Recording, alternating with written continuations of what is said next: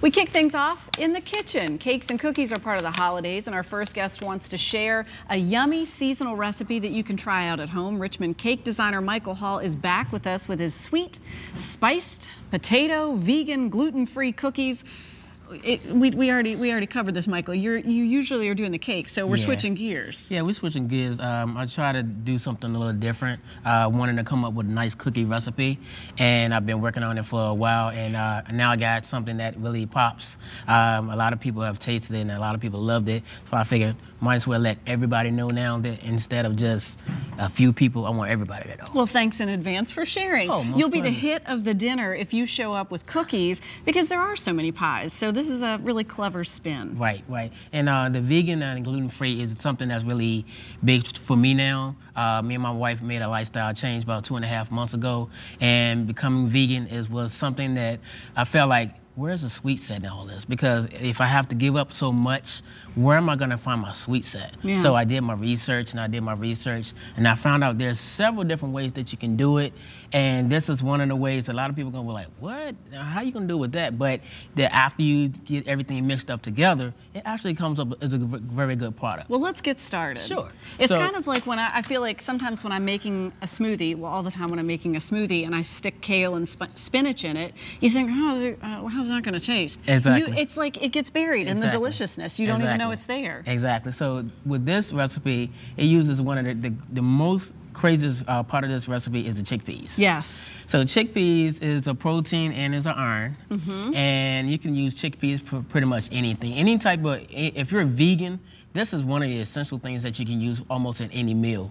And cookies, I had to see it for myself and taste it for myself. When I tasted it and other people tasted it, like, wow, that's chickpeas. So our good friend Mr. Garbanzo bean is going to become part of the cookie. Okay. Exactly. I've heard of chickpea flour too, yes. right? Like they make that, but you're going to go with the whole, like these are rinsed and drained? Okay. Can I put them in? Not Is yet. it time? Okay. First, put in, no, you're good. First, I put in the sweet potato.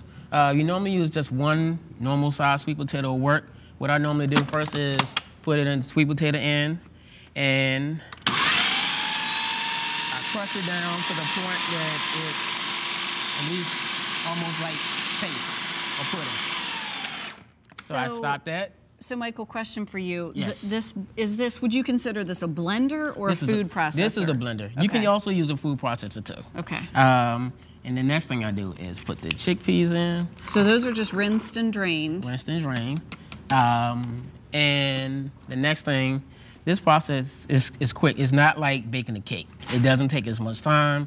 It's pretty much like a couple of steps after. So this right here is gluten-free flour. It's brown sugar, baking soda, salt, and cinnamon, allspice, nutmeg, and cloves. Right. And I add a little baking powder in it because with these recipes, when it's vegan, since you're not using no egg, it doesn't spread right. So the baking powder helps a little bit more than normal. So pour this whole thing in here. Good to know. It's science in the kitchen. You're going to put all of it in. All of that in there. We don't have to alternate. Okay. Not with this. Okay. Next thing, this is oil. This is 6 tablespoons of oil. You can use any type of oil, olive oil, canola, vegetable. It's all to your preference. Coconut? Coconut works well too. Okay. Just 6 tablespoons.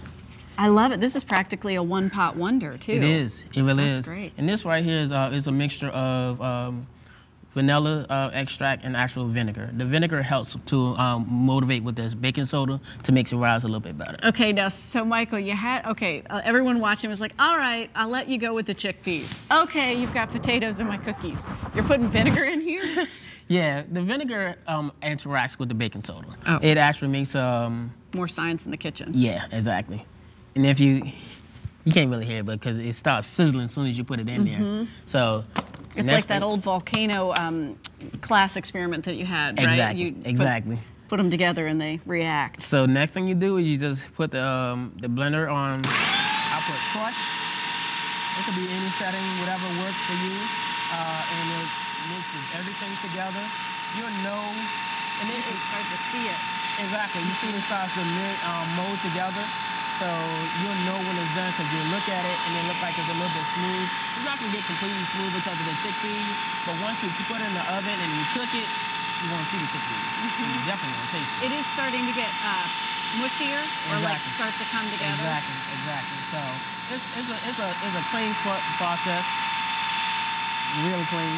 So with this recipe, Michael, you said you wanted to try it. And you know, I'm realizing now when you first started with us, you were offering a lot of gluten-free options or vegan options, but you hadn't yet made the switch to become vegan. Not 100%. It took a while, and like I said, me and my wife, some things we did differently, and we started to read and understand more about what vegan and gluten-free meant. And we just made that switch, like I said, about 2.5 months ago. How you feeling? Felt wonderful. Good. Felt wonderful. Good stuff. So this is all together. Is that it? Now That's I just put it on a baking sheet? You spoon it out with whatever type of device you have. I have a cookie thingamajiggy. I've got one of those too. And you just spoon it out, one tablespoon and a half, pull it out, plop it on there. Now, the thing about the cookies is, like I was saying, because they're vegan and there's no egg, it's not gonna spread much. But it's neat because they look cakey. Right, exactly. Right? And that's one of the things. I also do regular cookies too for anybody who's looking at the thing. I'm not just vegan. I do follow a lot of vegan concepts because that's what I am now.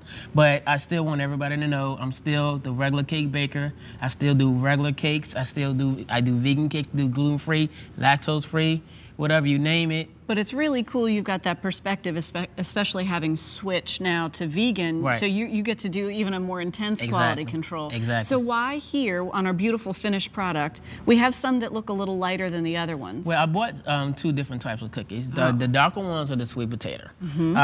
These are 2 of the ones that I found that a lot of people like. And then as far as the flavors, it blends really well. Like I said, there's sweet potato and those are almond butter. Almond butter. Right. So almond butter, you know, is a little bit. It tastes a little bit different than peanut butter. So they are a little. You can see a little cakey. It's almost like a cake cookie. That's awesome. They were almost out of reach. I almost couldn't get there. You see, I had to lean him. It is. It's like a cake cookie. That's delicious. Okay, we got to do a little equal quality control and try the almond butter ones. Are they similar in recipe to? The recipe is pretty much simple. It's pretty much the same. You're just adding what fillers you want. They're so moist. Those sweet potato cookies are delicious. Michael, great job. Thank you so much. Oh, my pleasure. Woo, we're going to continue with the quality control, and we'll share this recipe. Thank you for sharing it with us. My pleasure.